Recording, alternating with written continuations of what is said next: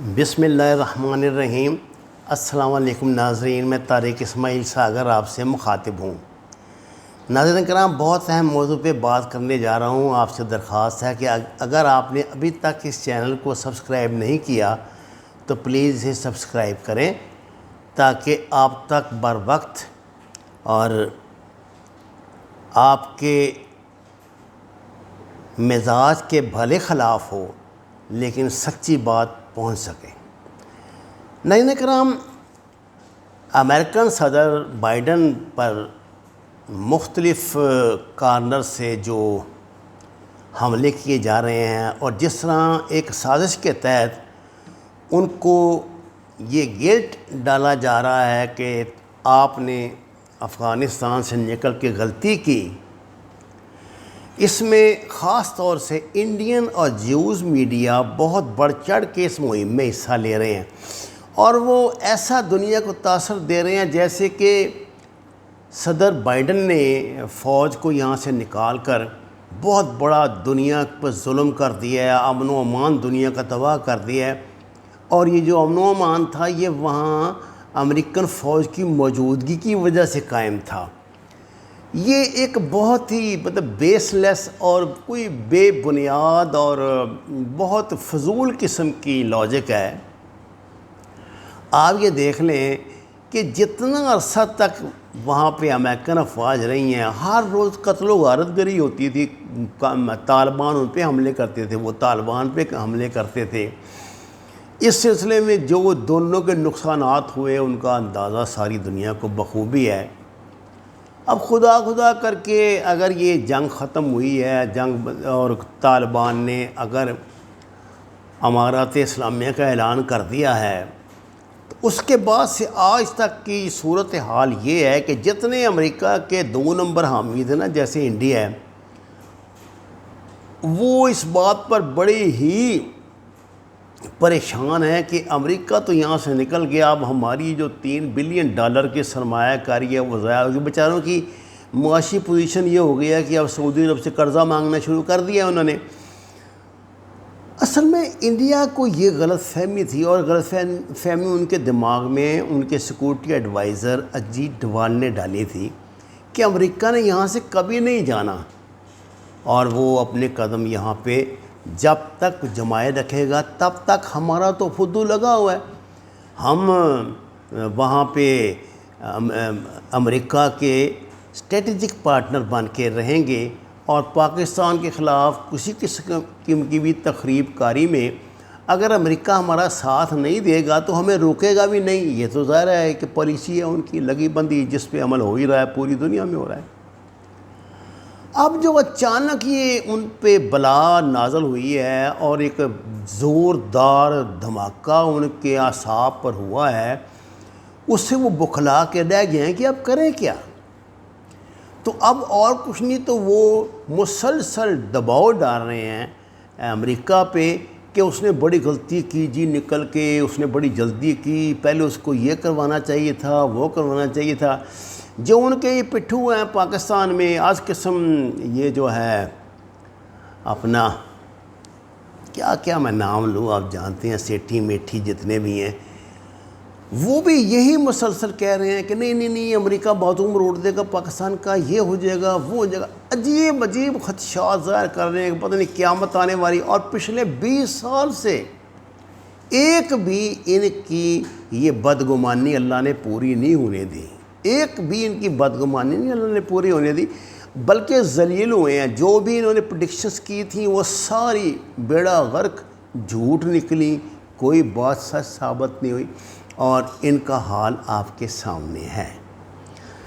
ناظرین کرام، مجھے ایسا لگتا ہے کہ صدر بائیڈن نے بڑے پریشر کے بعد یہ بیان دے دیا کہیں کہ غیر ملکی کو نکالنے کے لیے جو لوگ ادھر پھنسے ہوئے ہیں کابل ایئرپورٹ پہ، ان کو نکالنے کے لیے ہمارا سٹے کچھ روز بڑھ سکتا ہے، جس کا امارات اسلامیہ نے بڑا سخت نوٹس لیا۔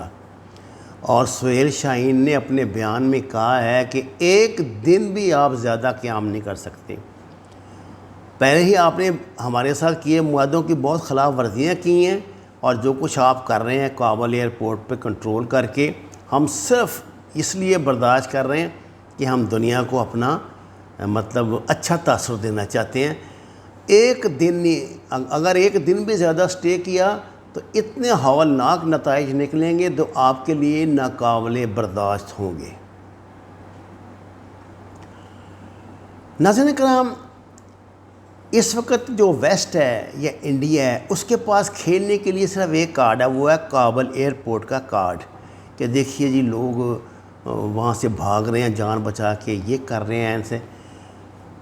ان لوگوں کو اس بات کا اندازہ نہیں ہے کہ امریکہ جب یہاں پہ تھا تو کتنے لوگ امریکہ کے ساتھ نوکری کر رہے تھے، ان کی تعداد لاکھوں میں ہے۔ دیکھیں نا، ان کو مقامی جو مشاور تھے وہ چاہیے تھے، ٹرانسلیٹر چاہیے تھے، مقامی طور پہ ان کو اپنے مددگار چاہیے تھے، اور خود 30,000 کے قریب جو اللہ آپ کا بھلا کرے یہاں پہ وہ بلیک واٹرز انہوں نے ٹھیکیداروں کو روپ میں مختلف روپ میں بٹھائے ہوئے تھے، جن سے ان کو امید تھی کہ ان کے جانے کے بعد ان کی پراکسی بنائے رکھیں گے۔ شاید پنجشیر میں اب کچھ لوگ میں نے سنا ہے کہ منتقل ہوئے ہیں، ان میں سے ان کی تعداد اگر دیکھی جائے تو وہ لاکھوں میں بنتی ہے۔ اور اس وقت آخری اطلاعات کے مطابق میرا خیال 4 کے 5 ہزار لوگ ہیں جو رہ گئے ہیں یہاں پہ ایئرپورٹ پہ، جو سیولین ہیں دوسرے۔ یہ سب وہ لوگ ہیں جن کو امریکنوں نے ملازمت دیتے ہوئے گارنٹی دی تھی کہ اگر کوئی برا وقت آیا تو ہم آپ کو امریکہ کی سٹیزن شپ دیں گے۔ یہ تو الگ بات ہے نا کہ ان بیچاروں کو جو زبردستی ان کے جہازوں میں گھس گئے تھے، ان کو لے جا کے قطر کے ایک غیر آباد فوجی ایئرپورٹ پہ چھوڑ دیا گیا۔ پتہ نہیں ان کے ساتھ کیا گزر رہی ہے وہاں پہ۔ آج میں نے دیکھا کہ فرار ہونے والوں کے لائن میں افغانستان کی فوج کا chief of staff, commander in chief, وہ جنرل جو ہے نا وہ کھڑا ہوا ہے خانے دار رومال رکھ کے، وہ قطار میں کھڑا ہونا ہے جن لوگوں کو جہاز میں چڑھانا ہے، ان کی قطار میں وہ بھی کھڑا ہے کہ کسی غیر ملک میں اس کو لے جاؤ، وہاں اس کو کوئی نوکری دے دو چوکیدار وغیرہ کی یا کچھ۔ یہاں بھی بیچارہ چوکیدار ہی تھا۔ اب یہ وہ لوگ ہیں جو یہ کہتے ہیں کہ جن کی بدگمانی ہے۔ طالبان تو بار بار اعلان کرتے ہیں، وہ کہتے ہیں نہ ہم امر اللہ کو کچھ کہیں گے، نہ ہم اشرف غنی کو کچھ کہتے ہیں، کسی کو کچھ نہیں کہتے۔ جس نے سرنڈر کر دیا ٹھیک ہے، ماضی کو ہم بھول چکے ہیں، اب ہمیں مستقبل کی طرف آگے دیکھنا ہے۔ ہمارے ساتھ جو سلوک ہوا ہم نے اس پہ صبر کر لیا، اور یہی سنت ہے۔ نبی کریم صلی اللہ علیہ وسلم جب فتح مکہ میں کے لیے داخل ہوئے تو آپ نے پہلا اعلان یہ کیا تھا کہ سب کو امان ہے بھائی۔ ان میں وہ لوگ، وہ ہندہ بھی شامل تھی جس نے حضرت حمزہ کا کلیجہ چبایا تھا نکال کے، اس کو بھی امان دی تھی۔ یہ تو عاشقان رسول ہیں، اللہ کے ماننے والے ہیں، دین مبین کے پیروکار ہیں، یہ کسی کو کیسے تکلیف دے سکتے ہیں؟ اور پھر ان کی غیرت ہی گوارا نہیں کرتی کہ ایک بندہ ہوا دشمن ہے تو اس کو کچھ کہیں۔ یہ تو ہمیشہ میدان میں آتے ہیں، للکار کے سامنے جنگ کرتے ہیں، اور 1 صدی میں دنیا کے 3 ایمپائرز کو انہوں نے بیڑا غرق کر کے دنیا کو دکھایا۔ برطانیہ کو تباہ و برباد کیا، روس کے ٹکڑے کیے، اور اب امریکہ کا اب کیا حال ہے اس کا اندازہ آپ کو 1 سال بعد ہوگا۔ ابھی ذرا تھوڑا صبر کر لیں۔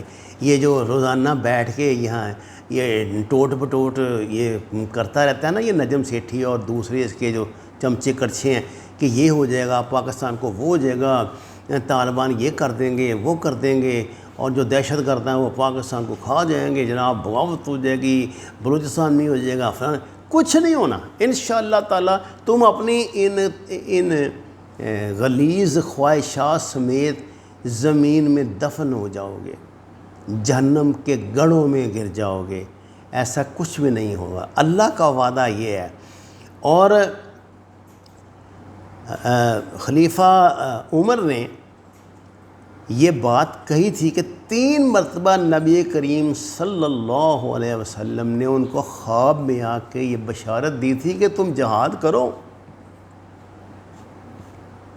اب ایسی مضبوط بنیاد پہ، ایسی ٹھوس بنیادوں پہ جو لوگ جہاد کرتے ہیں، جو لوگ لڑتے ہیں، آپ کا کیا خیال ہے کہ اللہ انہیں اکیلا چھوڑ دیتا ہے؟ سوال ہی پیدا نہیں ہوتا۔ سہیل شاہین نے کہا ہے کہ جناب آپ ہم سے جو سوال کرتے ہیں نا حکومت نہیں، تو جس دن یہ لوگ نکلیں گے اس سے اگلے دن ہم حکومت اناؤنس کریں گے، جب تک یہ یہاں پہ موجود ہے ہم نے کوئی حکومت اناؤنس نہیں کرنی۔ وہ دنیا کو صرف ایک بات بتانا چاہتے ہیں اور جس میں بڑے کامیاب رہے ہیں۔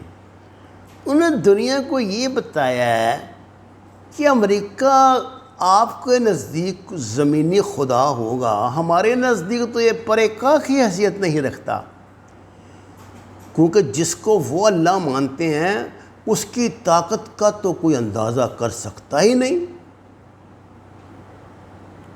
اور وہ اسی پہ بھروسہ کرتے ہیں، اور جو اس پہ بھروسہ کرتا ہے وہ اس کو اکیلا کبھی چھوڑتا بھی نہیں۔ اللہ کی بھی یہ سنت ہے۔ تو اب اللہ والوں اور شیطانوں کا مقابلہ ہے، شیطان کے پیروکاروں کا، دیکھیے کون جیتتا ہے۔ وَمَا عَلَيْنَا إِلَّا الْبَلَاغُ الْمُبِينُ۔